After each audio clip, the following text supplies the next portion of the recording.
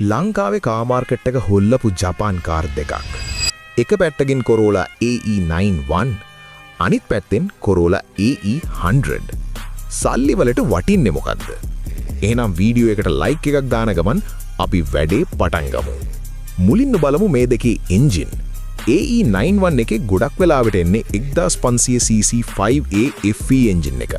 ඒක ඒ කාලේ හැදියට පට්ට රෙස්පොන්ස් එකක් තිබ්බ එන්ජින් එකක්.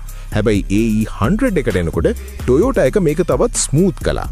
AE100 එකේ තියෙනෙත් 1500cc 5A FE එන්ජින් එකම වුණාට EFI සිස්ටම් එකේ අප්ඩේට් එකත් එක්ක AE100 එකේ එන්ජින් එක හරිම නිහඬයි වගේම රෙස්පොන්ස් එකත් සුපිරි.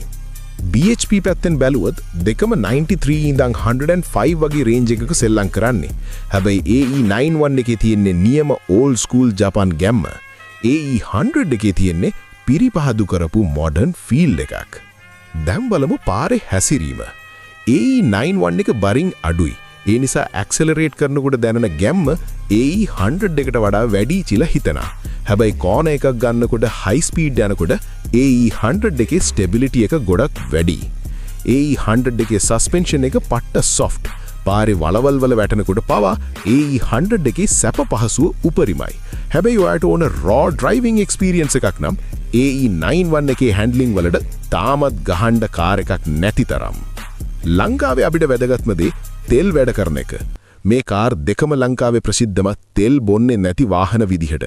AE91 එක ටවුන් එකේ 10 to 11 කිලෝමීටර්ස් වගේ කරනකොට AE100 එකත් ඒ වගේම මට්ටමක තියෙනවා. හැබැයි ලොංග් රන් එකේදී AE100 එක 14 to 15 කිලෝමීටර්ස් වගේ ලස්සනට කරනවා.